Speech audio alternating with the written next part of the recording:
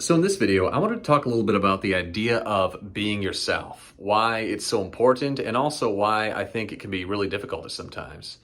So we've always heard this idea, be yourself. It's this common concept that that's something to aspire to do. Do the things that you love, be who you are, be uniquely you and all that. I think the first time that I heard about it in the media was when I was watching the animated film Aladdin back in the 90s when I was a kid. Fine, but remember, be yourself. Yeah, right. And there really is something to that about finding what makes you you, finding your unique rhythm, and the idea that you'll be happiest, be living your best life when you're living a life that's congruent with the way that you are uniquely wired.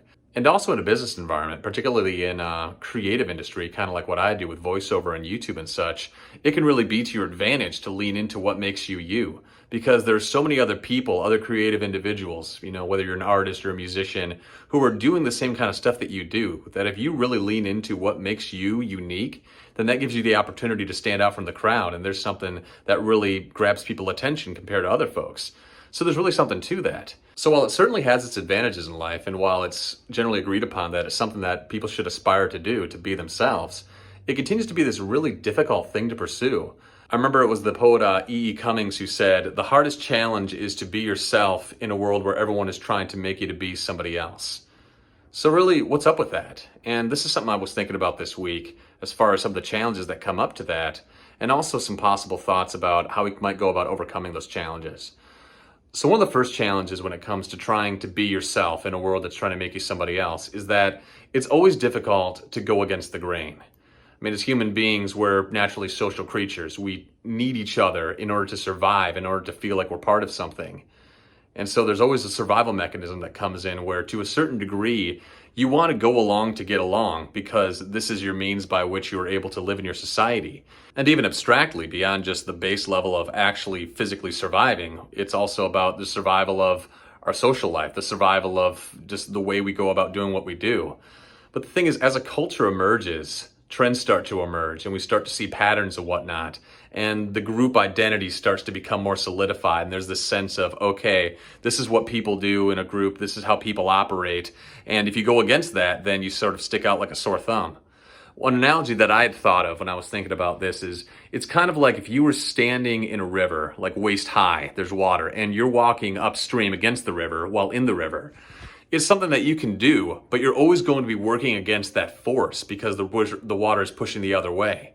And that's kind of what it feels like sometimes when you're a bit of an eccentric, a bit of a person who's kind of on the outskirts of society, pushing the limits. It's not that you can't do that or live a life, but in certain environments, there's always going to be that kind of pressure of people pushing back on you because they'll resist what you're trying to do. People will challenge it. People will really question it. Like, why is this guy doing the way he's doing? And well, everyone else does it this way. Why is this guy doing something else? What's going on with that? And that's a pressure that is always going to be available, whether or not you feel it. It's always going to be somewhere that's out there at some point, just among fellow people around you.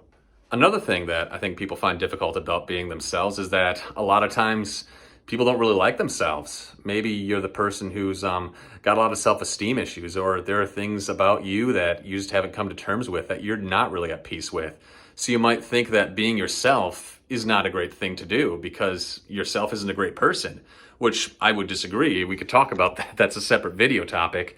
But obviously that can get into people's heads as well, where it's not something that they think is something worth aspiring to because they don't see themselves as having the potential to be a kind of person that if they were to be who they actually are, wouldn't be the best life for them to live. And so if they feel bad enough about themselves, they might look to other people and see, okay, who else seems to be figuring stuff out? Who seems to be getting it? Who seems to be doing well? And then they might try and dispense with whatever it is about themselves that they don't like and model themselves after somebody else. Because as far as they can tell, this is another person who seems like they got some stuff figured out. And if I can mimic some of their activities, maybe I can start to exhibit some of that success and comfort in life that they are.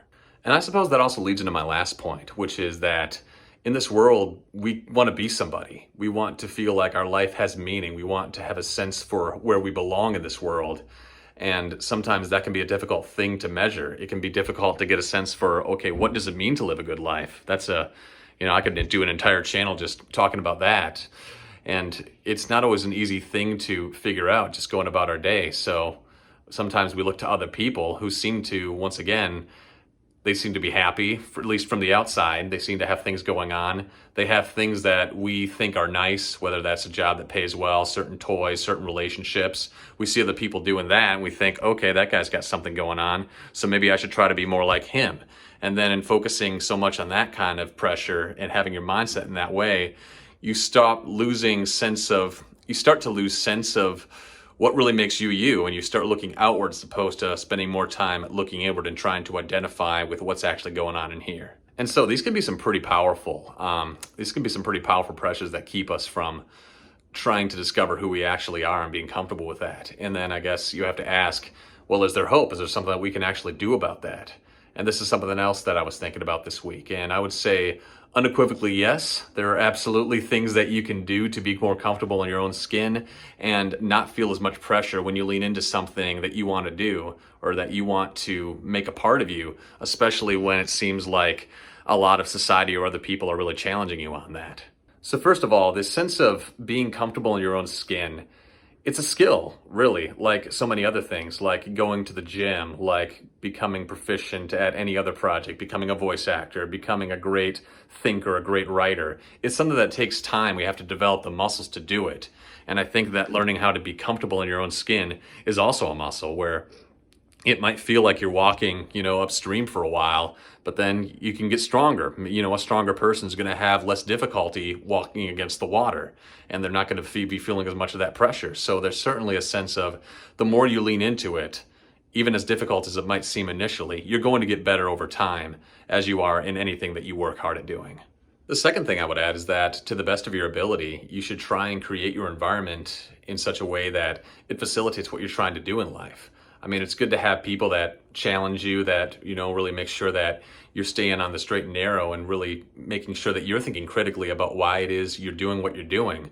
But you also want to surround yourself with people that want the best for you, that are going to understand you on an individual level and try to help you be the best you that you can be in a way that only uniquely you can.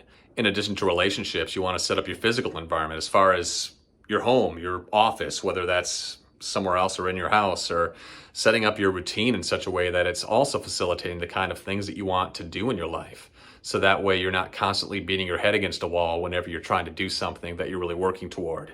Additionally, and this will be my last point for the video, is that when you start to really lean into what makes you you, and you're resolute about that, and you're confident, and people can see that on you, that you're on your own path, that you don't care what other people are saying about you, you've got a sense for what you're doing, and you're pursuing it with your vision, with your passion, eventually people start to pick up on that, and you will have this sort of aura, this kind of intangible quality about you that radiates on people, and people will start to, it might challenge some people, but a lot of people will start to reciprocate that. And they'll think, okay, this guy's a little bit different. He's really got something going on. And some people might be more intrigued by that. They might, tend to modify the more energy that you put out into the world is the energy that other people then will start to give back to you. And eventually, if you're strong enough and resolute enough in yourself, then other people will see that and reinforce it. And then you're just going about your life, putting out the energy into the world that it gives back to you. And it creates this positive cycle that you fall into. And really, anybody who's ever made history in this world, anybody who ever discovered something, invented something, at some point, there was a status quo that they were working against, that they were challenging. When the Wright brothers invented, airplanes for the first time, when they invented the first car, when this new technology comes out, it can be such a paradigm shifting thing that a lot of people are going to resist it. But then for a lot of these things, also given enough time, it starts to become the grain. The person that went against the grain becomes the grain if what they're doing makes sense and it becomes ubiquitous enough in society. It was a strange thing, when people were riding horses and buggies, that someone would, be driving a Model T or another motorized vehicle. And now that's just become commonplace in Western civilization. You wouldn't think about generally taking a horse on a commute to work. Maybe you take a bicycle nowadays, but that's other technology. But our society is built around automobile transport. It's built around planes. It's built around technology and the internet. All these things that were at the fringe of our understanding, the fringe of society, have resolutely stood so strong in what they are that they become integrated into society because there's value in what they do. And if there's something that's valuable about you, and I believe there is something valuable about everybody, you lean into that and people are going to recognize it and people are going to reciprocate it, and you're going to be on your path to living your best life. And as difficult as that can be, I really can't think of another way, good way that I would want to live mine. So there's my thought for today. Appreciate you guys tuning in as always. I'll be posting videos every single Monday, starting to work ahead on some other stuff, and can't wait to see where the channel goes from there. And yeah, gonna wrap it up here. Have a great week, everyone. Take care and God bless.